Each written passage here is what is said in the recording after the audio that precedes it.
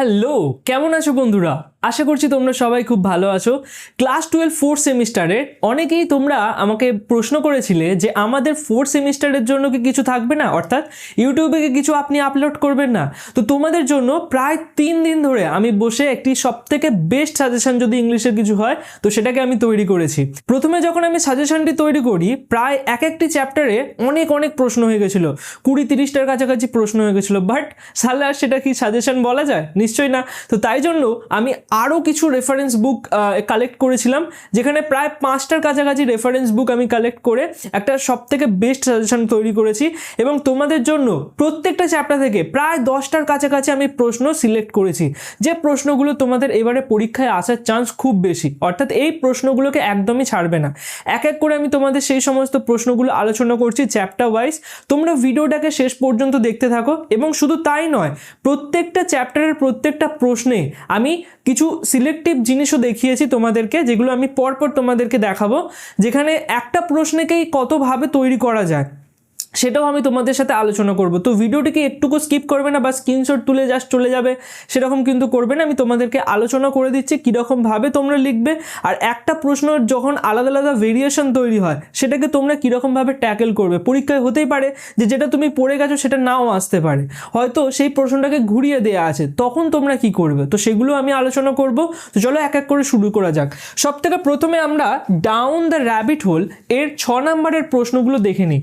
Down the rabbit হোলের মধ্যে সবথেকে ইম্পর্টেন্ট আমি যেটা মনে করলাম বা বারবার রিপিট হয়েছে কোশ্চেন ব্যাংকের মধ্যে যে প্রশ্নটা, সেটা হচ্ছে এইটা, যেটা হচ্ছে যে এরকম একটা কোটেশন দিয়ে দেবে যেখানে ড্রিঙ্ক মি কথাটা লেখা থাকবে, ঠিক আছে? তো এই ড্রিঙ্ক মির ওপর থেকে প্রশ্ন এসছে বিভিন্ন রকমের, তার মধ্যে সবথেকে ইম্পর্টেন্ট যে প্রশ্নগুলো আমি সেগুলো তোমাদেরকে এখানে লিখেছি। যেমন প্রথমত প্রশ্ন করবে, why didn't Alice want to drink the substance from the drink me bottle in a hurry, মানে তাড়াহুড়ো করে অ্যালিস কেন সেই জিনিসটা কেন খেতে চায়নি, সেটা সে কেন করতে চায়নি, এই প্রশ্নটা আসতে পারে। অথবা এটা কি অর হিসাবে এরকমভাবে এই প্রশ্নটা আমি দেখছি বারবার আসছে যে Y did Alice not drink from it at first, ঠিক আছে? একই মানে দাঁড়ায়, অর্থাৎ কেন সে খায়নি, সোজা কথা, কেন সে প্রথমে ওই যে বোতলে যে জিনিসটা ছিল সেটাকে কেন খায়নি, সেটা প্রশ্ন আসে। আর তারপরে এখানে আরেকটা প্রশ্ন আমি দেখলাম যে what made her finally drink the liquid, কোন জিনিসটা তাকে ফাইনালি লিকুইডটিকে বা ওই বোতলের মধ্যে যেটা ছিল সেটাকে খেতে বাধ্য করেছিল। তো এই জিনিসটা এখান থেকে প্রশ্ন আসতে পারে। অথবা অরে এই প্রশ্নটাও আসতে পারে যে হোয়াই ডিড অ্যালিস থিঙ্ক, কেন অ্যালিস ভেবেছিল বিফোর ড্রিঙ্কিং দ্য কন্টেন্ট। তো একটাই প্রশ্নকে এরকমভাবে ঘুরিয়ে ঘুরিয়ে করা যায়, প্রত্যেকটারই উত্তর একই হবে, হোয়াই, কেন খাইনি, সেটাই আমাদের উত্তর দিতে হবে। তো এই প্রশ্নের মান থাকবে 3 নাম্বার। এর সাথে আরেকটি প্রশ্ন অ্যাটাচ থাকবে যে what happen to Alice after drinking it, মানে অ্যালিসের সাথে কি হয়েছিল এটা খাওয়ার পর। অথবা এরকমভাবেও প্রশ্নটাকে ঘুরিয়ে দিতে পারে যে could she go into the garden after having it, মানে এটাকে খাওয়ার পর সে কি গার্ডেনে যেতে পেরেছিল। তো এই প্রশ্নটা এর সাথে থাকবে, ঠিক আছে? তো 3 নাম্বার এখান থেকে, 3 নাম্বার এখান থেকে, টোটাল তোমাদের 6 নাম্বার। সব থেকে ইম্পর্টেন্ট প্রশ্ন বা সব থেকে বারবার রিপিট যদি কোনো কি প্রশ্ন হয়ে থাকে তো এটাই আমি দেখলাম হয়েছে। এরপর দ্বিতীয় যে প্রশ্নটি তোমাদের জন্য খুবই ইম্পর্টেন্ট, যেটা বারবার রিপিট হচ্ছে, সেটা হচ্ছে down the rabbit whole provides the reader with a world which is based upon the conflict মানে দ্বন্দ্ব বিটুইন ফ্যান্টাসি মানে রূপকথা অ্যান্ড লজিক, এবং লজিক্যাল জিনিসগুলো, সেই দুটোর মধ্যে যে কনফ্লিক্ট হচ্ছে, বারবার দ্বন্দ্ব হচ্ছে। অ্যালিসের কিছু এরকম কথাবার্তা আছে যেখানে ফ্যান্টাসি অর্থাৎ রূপকথার আঁচ পাওয়া যাচ্ছে, আর কিছু কিছু এরকম কথা আছে যেখানে লজিক জিনিসগুলো দেখাচ্ছে। তো এই দুটোর মধ্যে যে দ্বন্দ্ব, যে কনফ্লিক্টটা হচ্ছে, সেটা নিয়ে ডিসকাস করতে বলছে। তো এই প্রশ্নটা খুবই ইম্পর্টেন্ট, এখান থেকে 6 নম্বরের আসতে পারে। অথবা এরকম প্রশ্ন আসতে পারে যে how does Lewis Carroll create a world of fantasy in down the rabbit hole, মানে কিভাবে তিনি একটি রূপকথার দুনিয়া তৈরি করেছেন ডাউন দ্য র্যাবিট হোল এর মধ্যে দিয়ে। তো এই দুটো প্রশ্নই খুব ইম্পর্টেন্ট, আর একই, এর উত্তর কিন্তু আলাদা আলাদা হবে না, একই উত্তর হবে। তো সেটাই আমাদের এখানে বারবার কোশ্চেন ব্যাংকের মধ্যে বলো বা বিভিন্ন রেফারেন্স বুকের মধ্যে এইগুলো বারবার রিপিট হচ্ছে। তো এই প্রশ্নটা খুবই ইম্পর্টেন্ট। এরপরে তৃতীয় যে প্রশ্নটি ইম্পর্টেন্ট সেটা হচ্ছে যে suddenly a white rabbit with pink eyes ran close to her, এখানে যে এই যে স্টেটমেন্টটা ছিল সেই স্টেটমেন্টটা তুলে দিয়ে ডাইরেক্ট প্রশ্ন আসতে পারে যে what was so special about the white rabbit, মানে ওই যে সাদা খরগোশটা সেটার মধ্যে কি কি স্পেশাল ছিল। তো সেই সমস্ত জিনিসগুলো আমাদের এখানে লিখতে হবে, মানে সে তার যে অ্যাপিয়ারেন্স ছিল, সে যেটা পোশাক আশাক পরেছিল এবং সে কিভাবে তার মধ্যে স্পেশালিটিটা দেখা যাচ্ছে অন্যান্য হোয়াইট র্যাবিটের তুলনায়, তো সেই স্পেশালিটিগুলো আমাদের আলোচনা করতে হবে, যেটা 3 নম্বরের থাকবে। এবং আরেকটা প্রশ্ন থাকবে এর সাথেই, why did Alice follow the white rabbit, কেন অ্যালিস হোয়াইট র্যাবিটকে সাদা খরগোশটিকে ফলো করেছিল। তো এই প্রশ্নটা বারবার রিপিট হচ্ছে, এই প্রশ্নটাও আসার চান্স বেশি আছে, ঠিক আছে। তো এই প্রশ্নগুলোকে একদমই মিস করবে না। এবার সব থেকে ইম্পর্টেন্ট পয়েন্ট এখান থেকে আসে যে যখন আমরা এই সমস্ত প্রশ্নের উত্তর লিখব তখন উত্তর কিভাবে লেখা উচিত। দেখো, প্রথমত এখানে প্রশ্ন যেটা থাকবে সেই প্রশ্ন সমেত উত্তর লিখবে, ঠিক আছে। প্রশ্ন ধরেই উত্তর লিখবে, এমন নয় যে উত্তর লেখা শুরু করে দিচ্ছ বা উত্তরের মধ্যে তোমাদের প্রশ্নের এই লাইনটাই নেই, এরকম হলে কিন্তু নাম্বার কেটে যাবে, ঠিক আছে। তো এটা খেয়াল রাখবে যে প্রশ্ন ধরে আমাদের উত্তর লিখতে হবে।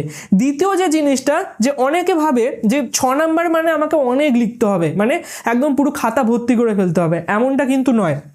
তোমাদের এখানে প্যারাগ্রাফ লিখছো না যে পুরোপুরি খাতা ভর্তি করে নিতে হবে। এখানে তোমাদের আমি বলে দিচ্ছি, 1 নাম্বারের যদি প্রশ্ন থাকে, যদি থাকতো 1 নাম্বারের প্রশ্নে আমাদের একটা লাইনে লিখতে হবে, 2 নাম্বারের প্রশ্নে 2টো লাইনে লিখতে হবে, এরকম একটা মেন্টালিটি রাখবে, ঠিক আছে। তো তবেই আমাদের দেখো এখানে কিন্তু ওয়ার্ড লিমিটও সেট করা আছে 100 থেকে 120টা ওয়ার্ড, তবেই কিন্তু এখানে এই গ্যাপটা পূরণ হবে। 3 নাম্বারের প্রশ্ন মানে 3টেই লাইন লিখবো, ঠিক আছে, 3 থেকে 4 লাইন, এর মধ্যেই আমাকে অ্যাডজাস্ট করতে হবে উত্তরটাকে। তো আগে প্রথমে তোমরা প্রশ্ন পড়বে, প্রশ্নের উত্তরটাকে আগে প্রথমে ভেবে নেবে, প্রথমে মাথার মধ্যে ভেবে নেবে যে আমি কিভাবে উত্তরটাকে লিখবো 3 লাইনের মধ্যে, তারপর তোমরা এই উত্তরটাকে লেখা শুরু করবে, বুঝতে পারলে।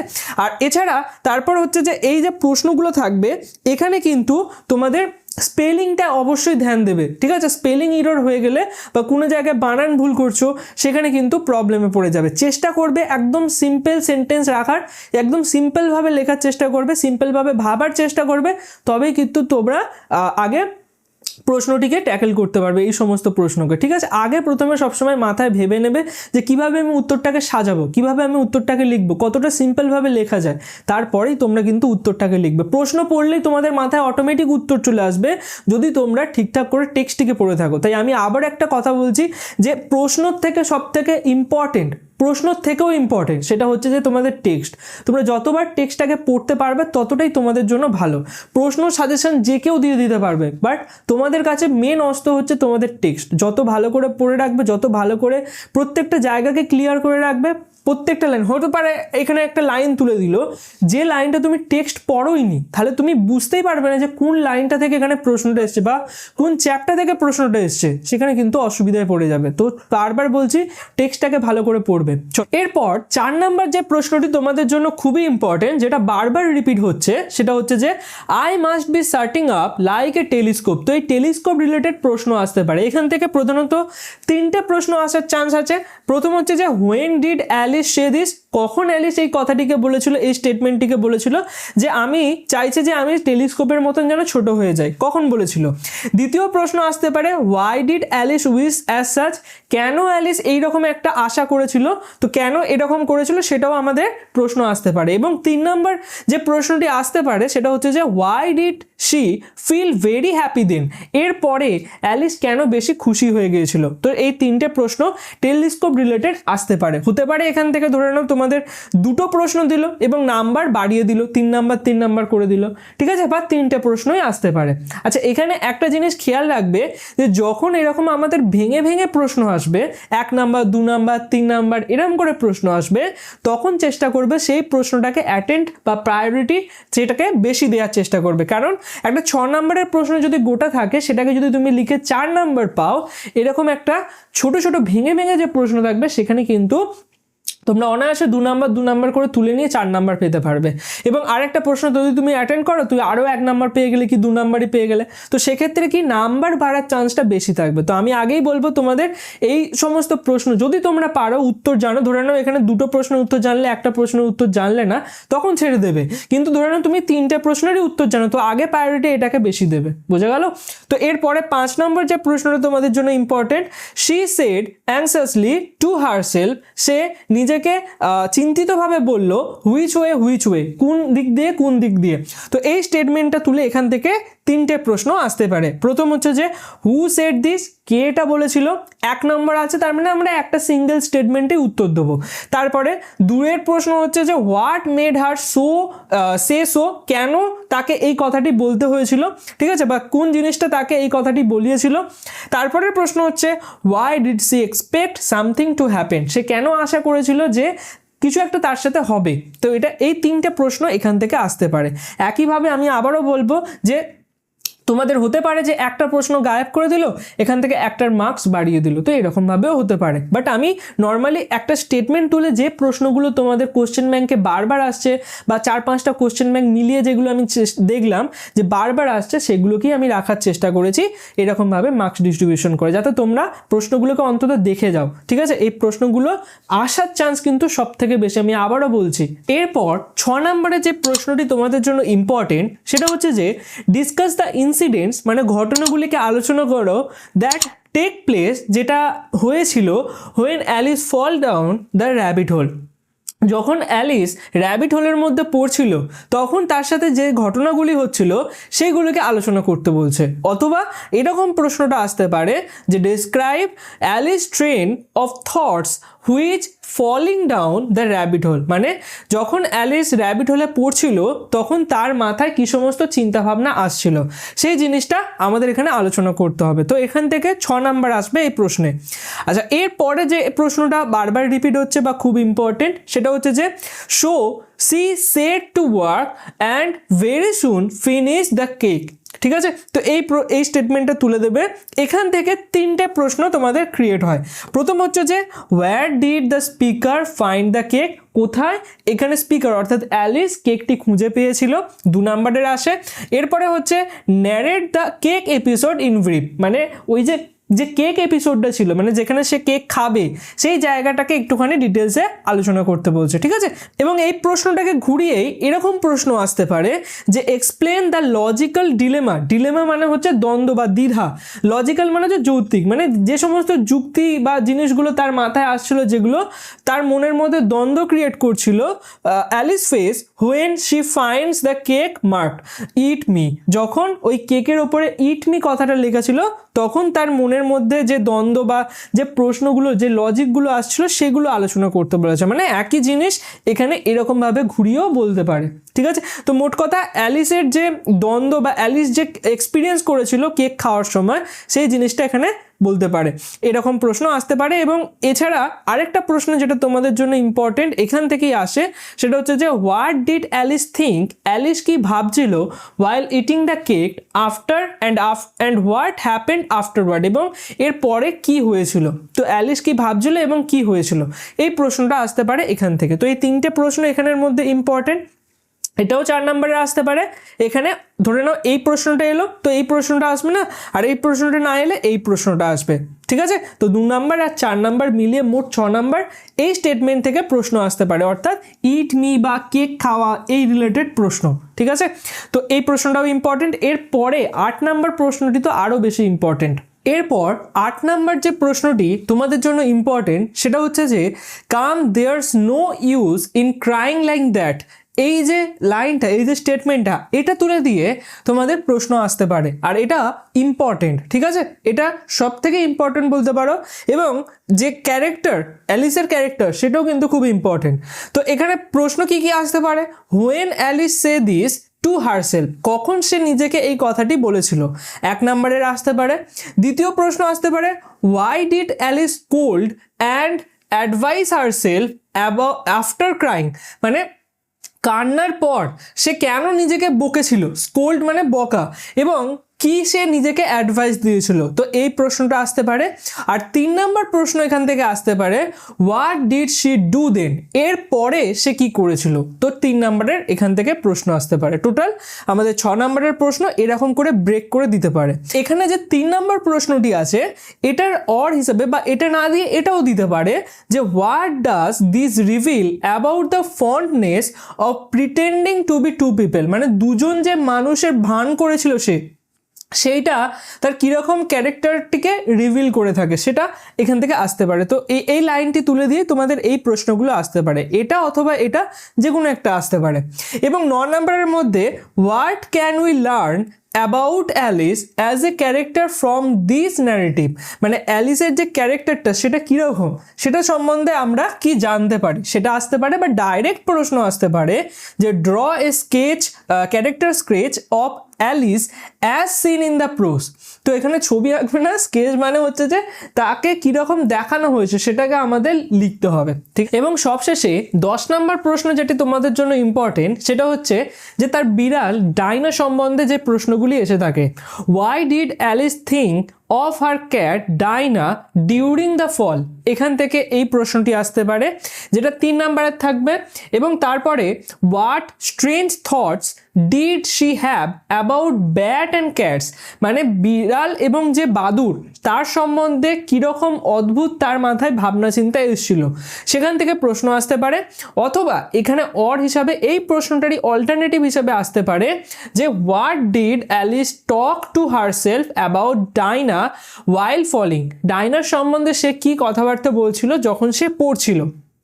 একই উত্তর আসবে, যেরকম এই প্রশ্নটা একই উত্তর সেম এই প্রশ্নটারও উত্তর হবে।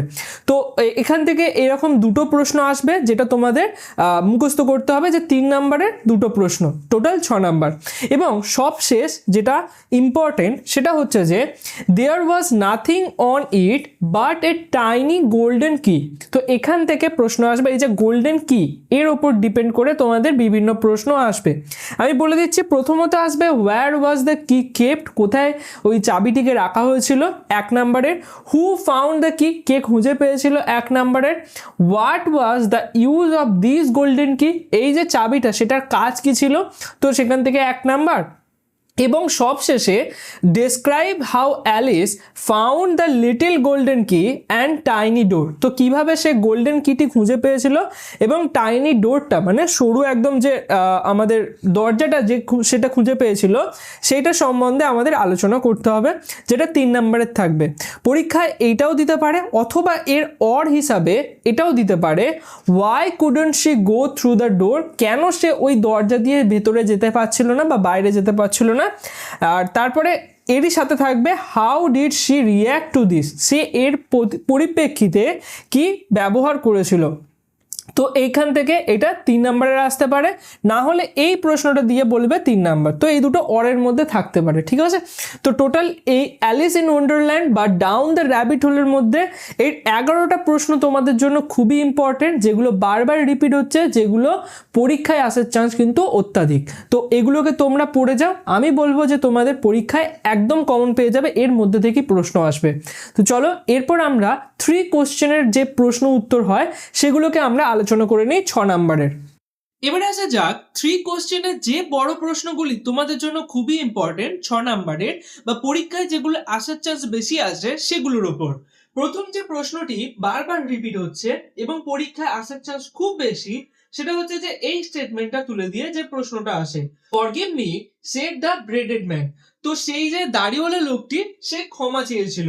আচ্ছা, এখান থেকে প্রথম যে প্রশ্নটি তোমাদের জন্য ইম্পর্টেন্ট সেটা হচ্ছে to whom did the braided man ask for forgiveness, কার কাছ থেকে সেই দাড়িওয়ালা লোকটি ক্ষমা চেয়েছিল। দ্বিতীয় প্রশ্নটি ইম্পর্টেন্ট হচ্ছে why did he ask for forgiveness, কেন সে ক্ষমা চেয়েছিল। তো এই দুটো প্রশ্ন খুবই ইম্পর্টেন্ট এবং বারবার রিপিট হচ্ছে এই স্টেটমেন্টটি তুলে। দ্বিতীয় যে প্রশ্নটি আছে সেটা হচ্ছে যে how did the enemy of tsar become friend with the king, মানে জারের যে এনিমিটা ছিল মানে ওই যে ব্রেডেড ম্যানটা, সে কিভাবে জারের বন্ধুতে পরিণত হলো, ঠিক আছে। তো এই যে পুরো একটা যে জার্নিটা সেটা আমাদের দেখাতে হবে। এখান থেকে 6 নাম্বার আসবে। এবার তৃতীয় যে প্রশ্নটি রিপিট হচ্ছে সেটা হচ্ছে যে you have already been answered, এই স্টেটমেন্টটা তুলে দিয়ে প্রশ্ন আসছে। প্রথম প্রশ্ন আসবে হু সেড টু হুম, মানে কে এই কথাটি কাকে বলেছিল, এখান থেকে এটা 2 নাম্বার আসবে। এবং দ্বিতীয় যে প্রশ্নটি আসবে সেটা হচ্ছে how had the questions bin answered, তো এই যে প্রশ্নটা সেই প্রশ্নটার উত্তর কিভাবে দেয়া হয়েছিল সেটা আসবে। তো এখানে থাকবে 4 নাম্বার, টোটাল 6 নাম্বার। এই স্টেটমেন্টটি থেকেও বারবার রিপিট হচ্ছে। 4 নম্বরে যে প্রশ্নটি আছে দেখো এখানে, analyse the character of tsar. তো জারের যে ক্যারেক্টারটা সেটা কিন্তু খুবই ইম্পর্টেন্ট হয়ে যাবে। জারের ক্যারেক্টারটা তোমরা অবশ্যই মুখস্থ করে যাবে, পরীক্ষায় ডাইরেক্ট আসার চান্স খুব বেশি এটার। তো এটা 6 নাম্বার থাকবে তোমাদের। এবং 5 নাম্বার যে প্রশ্নটি আছে, what role did the braided man play in the prose, মানে ব্রেডেড ম্যানের যে ক্যারেক্টারটা আছে তাকে আমাদের এখানে এক্সপ্লেন করতে হবে, যে তার যে রোলটা, তার যে ক্যারেক্টারটা সেটা আমাদেরকে এখানে এক্সপ্লেন করতে হবে। তো এই দুটো কিন্তু খুবই ইম্পর্টেন্ট, হারমিটের থেকেও বেশি ইম্পর্টেন্ট হচ্ছে 4 নাম্বার আর 5 নাম্বার, ঠিক আছে। এরপর 6 নাম্বার যে প্রশ্নটি ইম্পর্টেন্ট সেটা হচ্ছে remember then there is only one time that is important, আর সেটা হচ্ছে কি now। তো এখান থেকে প্রশ্ন আসতে পারে how does the hermit explain to the czar the importance of now, মানে এই যে now বা এখনের যে গুরুত্বটা সেটা তিনি কিভাবে বুঝিয়েছিলেন, কিভাবে এক্সপ্লেন করেছিলেন। তো এখান থেকে প্রশ্ন আসবে, এটা 6 নাম্বারের, ঠিক আছে। তো এটা ইম্পর্টেন্ট। এরপরে 7 নম্বরের যে প্রশ্নটি, এটা অ্যাকচুয়ালি অনেকগুলো প্রশ্নের কম্বিনেশনে তৈরি হয়, আর এখানে হতে পারে একটা প্রশ্নের নাম্বার বাড়িয়ে দিল এবং একটা প্রশ্ন কমিয়ে দিল, ঠিক আছে, এরকম হতে পারে। তো আমি আলোচনা করে দিচ্ছি। প্রথম প্রশ্ন হচ্ছে why did the bearded man become an enemy of the czar, অর্থাৎ কেন দাড়িওয়ালা লোকটি রাজার শত্রু হয়েছিল। তারপরে প্রশ্ন হচ্ছে what did the man swear and resolve to do, মানে সে কি প্রতিজ্ঞা করেছিল এবং সে কি করেছিল। তো এখান থেকে 2 নাম্বার আসবে। এবং 3 নম্বর যে প্রশ্নটি সেটা হচ্ছে why did he ask for forgiveness of the czar and what did he promise him, মানে জারের কাছে তিনি কেন ক্ষমা চেয়েছিলেন এবং জার তাকে কি প্রমিস করেছিল যে তিনি করবেন। তো এখান থেকে 3 নাম্বার আসতে পারে। এবার পরীক্ষায় হতে পারে 2টো প্রশ্ন রাখবে, না হলে 3টে প্রশ্নই তোমাদের দিতে পারে এরকম ভাবে। এরপর 8 নম্বর প্রশ্ন হচ্ছে discuss the significance of the title of the story. তো এটাও ইম্পর্টেন্ট, যে স্টোরিটার যে টাইটেল সেটার যে ইম্পর্টেন্স সেটা আমাদের বোঝাতে হবে, ঠিক আছে। তো এখান থেকেও এটা 6 নাম্বার থাকবে। 9 থেকে যে প্রশ্নটি ইম্পর্টেন্ট সেটা হচ্ছে how did the tsar and the hermit nurse the wounded man. তো সেই যে ক্ষতবিক্ষত যে লোকটি তাদের সামনে এসেছিল, তাদের রাজা এবং সাধুটি কিভাবে সেবা করেছিল, 6 নাম্বার থাকবে। এরপরে 10-এর যে ইম্পর্টেন্ট প্রশ্নটি সেটা হচ্ছে what were the questions that troubled the tsar. প্রশ্নগুলি কি ছিল, সেই 3টে প্রশ্ন আমাদের লিখতে হবে, যেগুলো জারকে আর কি খুবই সমস্যায় ফেলেছিল।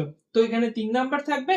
এবং আরেকটা প্রশ্ন এর সাথে থাকবে what did he do to get answer, এবং তিনি কি করেছিলেন এর জন্য, সেখান থেকেও 3 নাম্বার আসবে, ঠিক আছে। তো এই প্রশ্নের মানও 3 নাম্বার, 3 নাম্বার টোটাল 6 নাম্বার 10-এর দাগে। তো দ্য 3 কোশ্চেনের মধ্যে এই প্রশ্নগুলো যেগুলো তোমাদেরকে দিলাম 1 থেকে 10 অবধি, এই প্রশ্নগুলো অবশ্যই করে যেও। এখান থেকে একটা না একটা প্রশ্ন তোমাদের কমন আসবেই, ঠিক আছে। কবিতার মধ্যে সব থেকে প্রথমে আসে যাক হক রোস্টিং নিয়ে। দেখো এখান থেকে যে যে প্রশ্নগুলো আসে আমি সেগুলোকে পরপর তোমাদের সাজিয়ে দিয়েছি। সব থেকে বেশিবার যেটা রিপিট হচ্ছে সেটা হচ্ছে যে কবিতার টাইটেলটা, এটা অবশ্যই পড়ে যাবে যে কবিতার টাইটেলটা কেন হক রোস্টিং দেওয়া হয়েছে। এখান থেকে 6 নাম্বার আসবে, ঠিক আছে, একদম পুরো মুখস্থ করে রাখবে। তারপরে দ্বিতীয় যে প্রশ্নটা তোমাদের জন্য ইম্পর্টেন্ট সেটা হচ্ছে যে এই কোটেশনটা in sleep rehearse perfect kill and its, মানে আমি ঘুমের ঘরেও কি করে থাকি, পারফেক্ট কিলের রিহার্সাল করে থাকি এবং সেটাকে খেয়ে থাকি। তো এই লাইনটার সিগনিফিকেন্স কি, গুরুত্বটা কি, তো সেটা আমাদের এখানে প্রশ্ন আসবে, যেটা 3 নাম্বারের। এবং তারপরে দ্বিতীয় যে প্রশ্নটা এখান থেকে তৈরি হবে যে হোয়াই আর দে এনজয়েবল, তো সেটাকে কেন এনজয়েবল, সেটা কেন হকের জন্য বা বাজ পাখির জন্য কেন খুবই এনজয়েবল, সেটা আসবে। তো এখান থেকে 3 নাম্বার এরকম ভাবে ডিস্ট্রিবিউট করে দেবে। তৃতীয় যে প্রশ্নটা তোমাদের জন্য ইম্পর্টেন্ট সেটা হচ্ছে আর অফ অ্যাডভান্টেজ টু মি, এই কোটেশনটা তুলে দেবে এবং এখান থেকে প্রশ্ন আসবে যে what are advantages provided by the nature that hawk enjoys, মানে যে নেচার বা প্রকৃতি আছে সে কি কি অ্যাডভান্টেজ করে দেয় বাজ পাখিটিকে, যেগুলো সে এনজয় করে। তো এখান থেকে 6 নাম্বার আসবে। চতুর্থ প্রশ্ন ইম্পর্টেন্ট হচ্ছে what does the line I hold creation in my foot. তো এই যে লাইনটা, এটা reveal about the speaker's attitude towards power and dominance, মানে ক্ষমতা এবং যে আধিপত্য, সেই জিনিসটা কিভাবে এই লাইনের মাধ্যম দিয়ে স্পিকার বোঝাতে চেয়েছে সেটা কিন্তু খুবই ইম্পর্টেন্ট। এখান থেকে 6 নাম্বার আসবে। আর এরপরে 5 নম্বরের যে প্রশ্নটা তোমাদের জন্য ইম্পর্টেন্ট সেটা হচ্ছে there is no sophistry in my body, মানে আমার শরীরের মধ্যে কোনো মিথ্যে ছোঁয়া নেই। My manners are tearing of it, আমার যে ব্যবহার বা আচরণ সেটা হচ্ছে মাথা ছিঁড়ে নেওয়া বা শিকার করার, যেটা বাজ পাখির ক্ষেত্রে। তো এই যে লাইনটা, এই লাইনটা তুলে দিয়ে এখান থেকে প্রশ্ন আসবে যে who has stated this line, কে এই লাইনটা বলেছে। আর তারপরে এখান থেকে প্রশ্ন আসবে যে এই লাইনটি এক্সপ্লেন করো। বা এখান থেকে এরকম ছোটখাটো প্রশ্ন আসতে পারে যে এই লাইনটি অ্যাকচুয়াল যে মিনিংটা সেটা বোঝাও। তো এরকম ভাবে ঘুরিয়ে ঘুরিয়ে প্রশ্ন আসতে পারে। বাট সব থেকে ফাইনাল তোমাদের যেটা মাথায় রাখতে হবে ও পড়তে হবে সেটা হচ্ছে যে এক্সপ্লেন দ্য লাইন, এই লাইনটার সমস্ত বিষয়টা সেটা তোমাদের পড়ে নিলেই ব্যাস। এখান থেকে যা প্রশ্ন আসবে ছোটখাটো এই লাইনের মধ্যেই তোমরা বা এই এক্সপ্লেনেশনের মধ্যেই তোমরা পেয়ে যাবে, ঠিক আছে। এরপর 6 নাম্বার প্রশ্নে আসা যাক। Nothing has change since I began, এই যে লাইনটা আছে, my eye has permitted no change, I going to keep things like this. এখান থেকে বিভিন্ন রকমের ছোট ছোট প্রশ্ন আসে। বাট তোমাদের এই লাইনের যে এক্সপ্লেন দ্য কোর্স লাইন, এই প্রশ্নটা বারবার আসছে, তো এই প্রশ্নটাকে তোমরা প্রায়োরিটি বেশি দেবে। বা সোজা কথায় এই প্রশ্নটা যদি তোমরা পড়ে রাখো, এখান থেকে ছোট ছোট 3 নাম্বারের দুটো প্রশ্ন এলেও তোমরা লিখে দিতে পারবে, ঠিক আছে। এই লাইনের যে এক্সপ্লেনেশন সেটা তোমরা অবশ্যই পড়ে রাখবে। এরপরে 7 নম্বর যে প্রশ্নটা আছে, how is Hawks arrogance depict through out the poem, মানে কিভাবে যে হকের যে অহংকার, আত্ম অহংকার সেটা চিত্রিত হয়েছে বা দেখানো হয়েছে থ্রু আউট দ্য পোয়েম, মানে কবিতার মধ্যে দিয়ে। তো এখান থেকে 6 নাম্বার আসবে, তার অহংকার কোন কোন লাইন দিয়ে দেখানো হয়েছে সেটা আমাদের লিখতে হবে বা কিভাবে দেখানো হয়েছে সেটা লিখতে হবে। এরপর comment on the physical features and powers of hawks mention in the poem. তো এখানে যে তার যে ফিজিক্যাল অ্যাবিলিটি গুলো ছিল, তার যে ঠোঁট, তার যে পা, সেইগুলো প্লাস তার সাথে সে কিভাবে এখানে নেচারটাকে সাহায্য করছে সেই জিনিসটাও, এই দুটো কম্বিনেশন করে আমাদের লিখতে হবে যে হকের যে পাওয়ার, সেই পাওয়ারটাকে দেখাতে হবে কবিতার মধ্যে কিভাবে দেখানো হয়েছে। এরপর discuss the theme of the power and dominance and control in the poem. লক্ষ্য করো এখানে এর আগে আমরা একটা কিন্তু এরকম সেম টাইপের প্রশ্ন দেখেছিলাম, সেখানেও বলা হয়েছিল যে পাওয়ার এন্ড ডমিনেন্স সম্বন্ধে দেখানোর কথা। তো অ্যাকচুয়ালি ওই লাইন দিয়ে কিভাবে কবি পাওয়ার এন্ড ডমিনেন্স দেখিয়েছে সেটা আমাদের সেই লাইন অনুযায়ী লিখতে হবে। বাট এখানে বলছে থিম, এই যে থিমটা ব্যবহার করা হয়েছে পোয়েমের মধ্যে পাওয়ার এন্ড ডমিনেন্সের, সেই পুরো থিমটাকে আমাদের লিখতে হবে যে কিভাবে পাওয়ার দেখানো হয়েছে, ডমিনেন্স দেখানো হয়েছে, কন্ট্রোল দেখানো হয়েছে, সেই জিনিসটাকে আমাদের লিখতে হবে, ঠিক আছে। মোট কথা থিম, সোজা কথা এখানে প্রশ্ন এরকম আসবে যে পোয়েমের থিমটা কি সেটা, ঠিক। তারপরে the sun is behind me, nothing has change since I began, I am going to keep things like this. এই যে লাইনটা আছে, এই যে 3টে লাইন আছে, এগুলোকে একসঙ্গে করে এরকম জিজ্ঞাসা করতে পারে যে এই লাইনদের মধ্যে দিয়ে কি বোঝাতে চেয়েছে, ঠিক আছে। এবার 11 দাগের যে প্রশ্নটা তোমাদের জন্য লাস্ট, খুবই ইম্পর্টেন্ট, সেটা হচ্ছে যে নো ফলসিফাইং নেই। এখানে ফলসিফাইং বলতে কি বোঝানো হয়েছে, বা এরকম প্রশ্ন আসবে why it does not suffer from any falsifying dream. বা ফলসিফাইং ড্রিম মানে কি, মানে কোনো একটা স্বপ্ন দেখা, সেই স্বপ্নের মধ্যে কিন্তু হক বাঁচে না। তো এখানে কেন সে স্বপ্নের মধ্যে বাঁচে না সেটা আমাদের বলতে হবে, ঠিক আছে। তো এখান থেকে 3 নাম্বার আসবে। আর এখানে how does he get ready for perfect kill, এখান থেকে এটা 3 নাম্বারের আসবে, 6 নাম্বার নয়, 3 নাম্বার আসবে।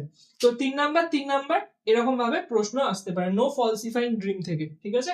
তো এইগুলো হচ্ছে টোটাল আমাদের হক রোস্টিং এর যেগুলো ইম্পর্টেন্ট, যেগুলো বারবার রিপিট হচ্ছে, প্রায় প্রত্যেকটা প্রশ্ন ব্যাংকে আমি দেখলাম যে রিপিট হচ্ছে বারবার। তো সেগুলোকে আমি শর্ট লিস্ট করলাম আর এগুলো তোমাদেরকে দিলাম, এগুলো অবশ্যই পড়ে যাবে। এর বাইরে তোমরা পড়তেই পারো, আমি তোমাদের বারণ করব না, বাট এগুলোকে একদমই ছাড়বে না, এগুলোকে একদম পুরো মুখস্থ করে রেখে দেবে, ঠিক আছে। এরপর সেকেন্ড যে পোয়েম সনেট 73, সেখান থেকে যে প্রশ্নগুলো তোমাদের জন্য ইম্পর্টেন্ট সেগুলো দেখা যাক। প্রথমে হচ্ছে what concept does the poet establish in the second quatrain of sonnet 73। তো এখান থেকে এরকম বলতে চাইছে যে সেকেন্ড যে চতুর্থ মানে আর কি 4টে লাইন আছে, সেকেন্ড যে 4টে লাইন বা সেকেন্ড যে প্যারাটা বলতে পারো, সেখানে কবি কি বোঝাতে চেয়েছেন বা কবি কি কল্পনা করতে চেয়েছেন। তো এখানে এরকম প্রশ্ন আসতে পারে, বা এটাকে ঘুরিয়ে ডাইরেক্ট বলতে পারে যে সেকেন্ড যে কোয়াট্রেন আছে সেটা সহজে এক্সপ্লেন করে আমাদের দেখাও। তো এরকমভাবে প্রশ্ন আসতে পারে। টোটাল 6 নাম্বার থাকবে, মানে যে স্তবকগুলো আছে তার মধ্যে সেকেন্ড কোয়াড্রেন্টটা কিন্তু খুব ইম্পর্টেন্ট। তো এটা তোমরা ভালো করে পড়ে যাবে। তারপরে হচ্ছে in me thou seest the glowing of such fire.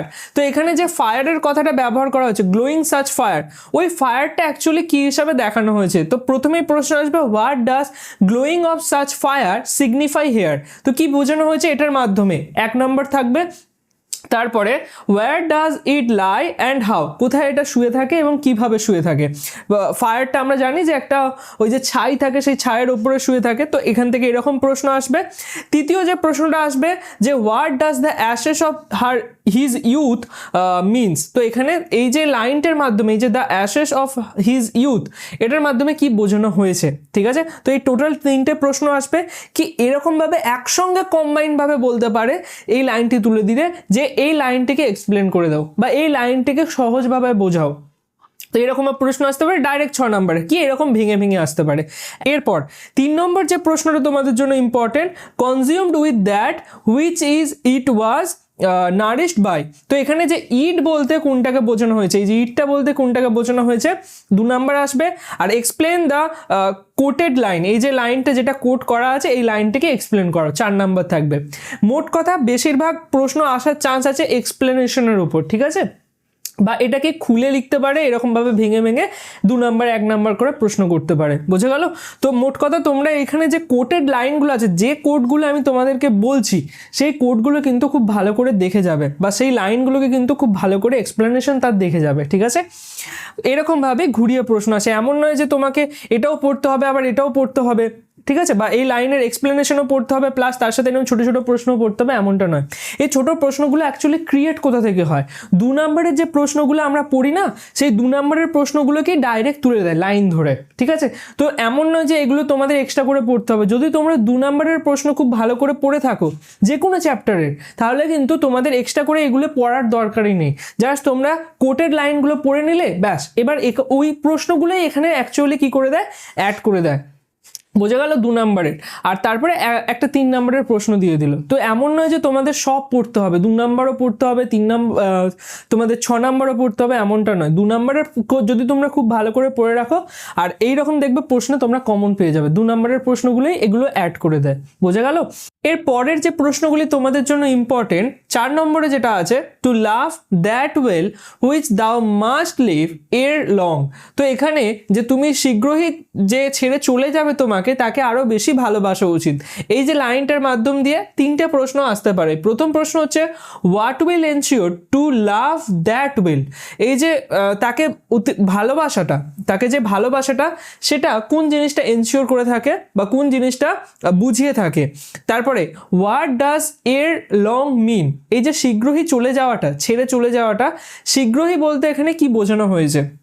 তারপরে what must the listener leave and why, মানে লিসেনার অর্থাৎ যে শুনছে, যে শ্রোতা, তাকে কি ছেড়ে যেতে হবে এবং কেন ছেড়ে যেতে হবে। তো এই 3টে প্রশ্ন আসতে পারে। প্রথমটা থেকে 2 নম্বর আসবে, তারপরে 1 নম্বর, তারপরে 3 নম্বর। ঠিক আছে, আচ্ছা তারপরে 5 নম্বরে যে প্রশ্নটা আছে, bring out the significance of the concluding couplet in sonnet 73। তো এই প্রশ্নটা তোমরা স্টার মেরে রাখো, এই প্রশ্নটা আসার চান্স সব থেকে বেশি। এই সনেটের মধ্যে সব থেকে বেশি চান্স হচ্ছে এইটা। ঠিক আছে, মানে লাস্টের যে দুটো কাপলেটের লাইন আছে, সেই লাইনটাকে, বা যেটাকে কনক্লুডিং লাইনও বলা হয়, আমি তোমাদের যখন পড়িয়েছিলাম বলেছিলাম, তো সেই লাইনটার যে সিগনিফিকেন্স বা গুরুত্ব, সেটা আমাদের এখানে দেখাতে হবে। 6 নম্বর থাকবে এখানে। তারপরে why has Shakespeare used nature as metaphor for ageing, মানে তার বয়স বা বার্ধক্য দেখানোর জন্য তিনি কেন রূপক ব্যবহার করেছিলেন নেচারের বিভিন্ন এলিমেন্ট দিয়ে। ঠিক আছে, আমরা জানি যে সূর্য অস্ত যাওয়া, এই সমস্ত জিনিস তিনি দেখিয়েছিলেন। তো নেচারের বিভিন্ন জিনিস তিনি কেন ব্যবহার করেছিলেন সেটা আমাদের এখানে এক্সপ্লেন করতে হবে, 6 নম্বর থাকবে। এরপরে 7 নম্বরে যে প্রশ্নটা হচ্ছে discuss the various images drawn by the poet, মানে বিভিন্ন রকমের চিত্র যেটা আমরা কল্পনা করতে পারি, ইমাজিন করতে পারি, সেই সমস্ত ইমাজিনেশন যেগুলো আমরা করতে পারি এই কবিতাটা পড়ে, সেগুলোকে আমাদের একটুখানি আলোচনা করতে হবে। ঠিক আছে, আমি তোমাদের ইমেজারি যেটা ফিগার অফ স্পিচ ব্যবহার করা হয়েছে কোন কোন লাইনে, সেগুলো আমি তোমাদের এক্সপ্লেন করে দিয়েছিলাম যখন পোয়েম পড়িয়েছিলাম। এছাড়া এই সমস্ত প্রশ্নগুলো তোমরা যারা পেড ব্যাচে আমার আছো, তো তাদের এই প্রশ্নগুলো এক্সট্রা করে তোমাদের খোঁজার দরকার নেই, তোমাদের সব পিডিএফ এর মধ্যেই দেওয়া আছে। তোমরা জাস্ট খালি যে যে প্রশ্নগুলো আমি এখানে বলছি সেইগুলো দাগ দিয়ে নেবে, ব্যাস, এর বেশি আর কিছু দরকার নেই তোমাদের। আর এরপরে যেটা 8 নম্বরে আছে, discuss the central theme in the sonnet 73। তো এই যে সেন্ট্রাল থিম, এটা প্রত্যেকটার দেখো, আমরা যখন এটা এর আগের হক রোস্টিং যেটা পড়ছিলাম সেখানেও দেখলাম সেন্ট্রাল থিমটা কিন্তু আসছে, তো এটাও কিন্তু ইম্পর্টেন্ট। ঠিক আছে, এটাও অবশ্যই তোমরা পড়ে যাবে, সেন্ট্রাল থিমটা ওইটারও এইটারও। এবং সবশেষে আরও 3টে প্রশ্ন তোমাদের জন্য ইম্পর্টেন্ট। প্রথম হচ্ছে যে when yellow leaves or none or few do hang, এই যে স্টেটমেন্টটা, এই লাইনটা তুলে দিয়ে এখান থেকে 3টে প্রশ্ন আসতে পারে। প্রথম হচ্ছে যে where do you find the above quote line, কোথা থেকে এই লাইনটি নেওয়া হয়েছে, তো সেটা আমাদের বলতে হবে। Who is the speaker here, কে বক্তা, সেটা বলতে হবে। তো 1 নম্বর করে এরকম আসতে পারে। কি এগুলো নাও আসতে পারে, অন্য দুটো যে প্রশ্ন আছে সেগুলোর মান বাড়িয়ে দিতে পারে। প্রথম হচ্ছে যে which season has mentioned here, তো এটাও 1 নম্বরের আসবে। এবং সবশেষে হচ্ছে briefly describe what does the speaker want to imply, মানে কি বোঝাতে চেয়েছেন এই লাইনটির মাধ্যম দিয়ে। তো এটাকে ধরে নাও এখন তো 3 নম্বর এখানে দেখাচ্ছে, হতে পারে পরীক্ষা এটাই 5 নম্বর দিয়ে দিল, এখান থেকে একটা প্রশ্ন তোমাদের দিল। তো এরকম ভাবেও কোশ্চেন সেট করা যায়। ঠিক আছে, তো আমি মোট কথা একটা স্টেটমেন্ট থেকে যে প্রশ্নগুলো আসতে পারে, বা আমি প্রত্যেকটা কোশ্চেন ব্যাংক ঘেটে যেগুলো পেয়েছি সেগুলোই আমি তোমাদেরকে এখানে দিলাম লাইন ধরে। তো এখান থেকে এরকম প্রশ্নের স্ট্রাকচার আসতে পারে। এরপরে 10 নম্বরের যে প্রশ্নটা তোমাদের জন্য ইম্পর্টেন্ট, দেখো ডেথ সেকেন্ড হাফ, এখান থেকে প্রশ্ন, এইটা তো ইম্পর্টেন্ট, তোমরা ধরেই রাখো। ঠিক আছে, তো এটা তো খুবই ইম্পর্টেন্ট, এটা পড়ে যাবে অবশ্যই। যে ডেথ সেকেন্ড হাফ বলতে এখানে কাকে বোঝানো হয়েছে, দেখো লেখা হয়েছে what does the poet mean by death second half, 3 number থাকবে। এবং how does it seal up all in rest, এবং কিভাবে এটা সব কিছুকে শেষ করে দেয় বা সব কিছুকে নিভিয়ে দেয় আর কি। তো এখান থেকে এই প্রশ্নটা আসতে পারে 3 নম্বর। ঠিক আছে, বা এরকমও করে দিতে পারে, ধরে নাও এই লাইনটা দিয়ে দিল, বললো যে এক্সপ্লেন দিস লাইন, ব্যাস সোজা কথা। তো সেখান থেকে তোমাদের 6 নম্বর চলে আসবে। ভেঙেও দিতে পারে, একসঙ্গেও দিতে পারে, কোনো অসুবিধা নেই। যখন তোমরা এই লাইনটির সম্পূর্ণ ব্যাখ্যাটা জেনে যাবে তখন এইরকম প্রশ্ন ভেঙে প্রশ্ন দিলেও তোমরা লিখতে পারবে। এবং 11 দাগের প্রশ্ন যেটা আমি রেখেছি সেটা হচ্ছে যে in me thou seest the twilighting of such day, এই যে টুয়াইলাইটিং এই কথাটার মানে কি, তো এটা আমি বারবার রিপিট হচ্ছে দেখলাম যে টুয়াইলাইটিং এই কথাটার মানে কি, বা এটা টুয়াইলাইটিং বলতে কোন জিনিসটাকে সিম্বলাইজ করা হয়েছে। ঠিক আছে, নেক্সট হচ্ছে why can twilighting be seen in the poet, তো কেন দেখা হয়েছিল যে পোয়েটের মধ্যে এই টুয়াইলাইটিংটা, এই জিনিসটা কেন সিন করা গিয়েছিল, মানে সন্ধ্যের যে আলোটা, সেই আলোটা। হোয়াট ফেডেথ ইন দ্য ওয়েস্ট মিন, মানে পশ্চিম দিকে যে অস্ত যায় সেটা বলতে কি বোঝানো হয়েছে কবিতার মধ্যে। এক্সপ্লেন দ্য লাইন, অথবা শেষে আসতে পারে এক্সপ্লেন দ্য লাইন। ঠিক আছে, তো আমি এখানে এরকম টাইপের প্রশ্নগুলো আসছে, তো আমি সবগুলোকে এক জায়গায় রেখেছি।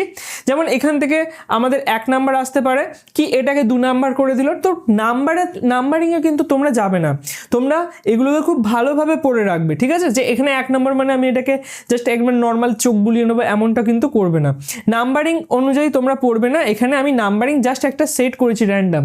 তো তোমরা পরীক্ষায় এখান থেকে কোনোটার নাম্বার বাড়িয়ে দিল, কোনোটার নাম্বার কমিয়ে দিল, কোনোটা একটা দিল, হতেই পারে। ঠিক আছে, তো আমি এই যে প্রশ্নগুলো আসে সেগুলোকে তোমাদের দিয়ে দিলাম।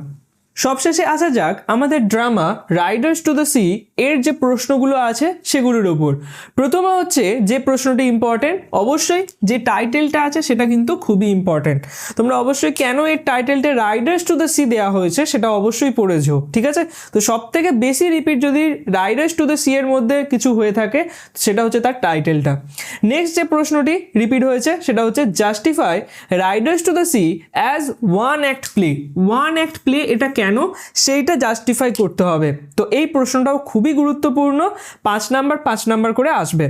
এরপর তিনে যে প্রশ্নটি আছে এখানে দুটো ব্রেক করে দিয়েছে, যে প্রথম হচ্ছে what instructions did Bartley give his sisters before living, মানে বার্টলি কি উপদেশ দিয়েছিল বা কি নির্দেশ দিয়েছিল তার বোনেদেরকে ছেড়ে যাওয়ার সময়, মানে যখন সে মেলায় যাচ্ছিল তো তার আগে কি ইনস্ট্রাকশনগুলো দিয়েছিল, এটা ইম্পর্টেন্ট। এখান থেকে এটা 3 নম্বরের আসবে। এরপর why did he do so, সে কেন এটা করেছিল, তো সেটা থেকে আসবে 2 নাম্বার। তো এই দুটো প্রশ্নের কম্বিনেশনে প্রশ্নটা তৈরি হবে। এরপর 4 নম্বরে যেটা ইম্পর্টেন্ট সেটা হচ্ছে যে how was Michael's body found, মাইকেলের বডি কীরকমভাবে পাওয়া গিয়েছিল, 2 number. How did his sisters found out that clothes in the bundle were in of Michael's, মানে মাইকেলের যে কাপড়ের যে বান্ডেলটা সেটা তার বোনেরা কিভাবে পেয়েছিল, কিভাবে খুঁজে পেয়েছিল।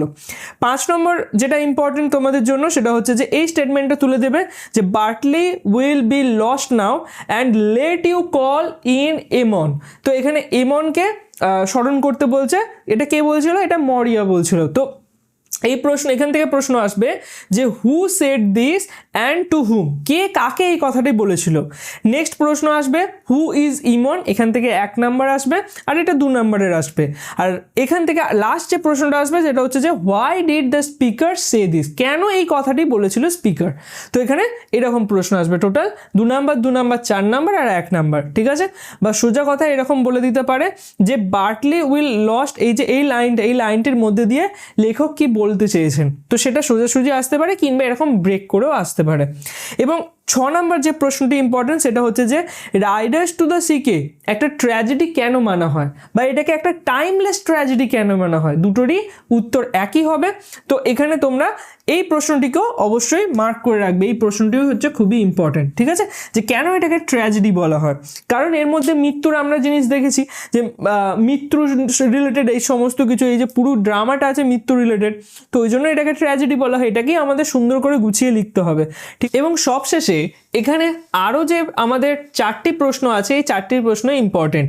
প্রথম হচ্ছে যে no man at all can be living forever and we must be sacrificed, তো এই লাইনটি তুলে দেবে সোজাসুজি এবং বলবে যে এই লাইনটি এক্সপ্লেন করো। তো এটা বারবার রিপিট হয়েছে এই লাইনটি, তো এই লাইন থেকে ছোটোখাটো প্রশ্নও আসতে পারে, ছোটোখাটো 3 নাম্বার 2 নাম্বার এরম করেও আসতে পারে, বাট মোট কথা এক্সপ্লেন দ্য লাইন, এই যে টার্মটা আছে এটা বারবার আসছে। তো তোমরা লাইনটির সহজ ব্যাখ্যা বা সহজ যে এক্সপ্লেনেশন সেটা জেনে রাখলেই ব্যাস, এখান থেকে ছোট প্রশ্ন তোমরা করতে পারবে।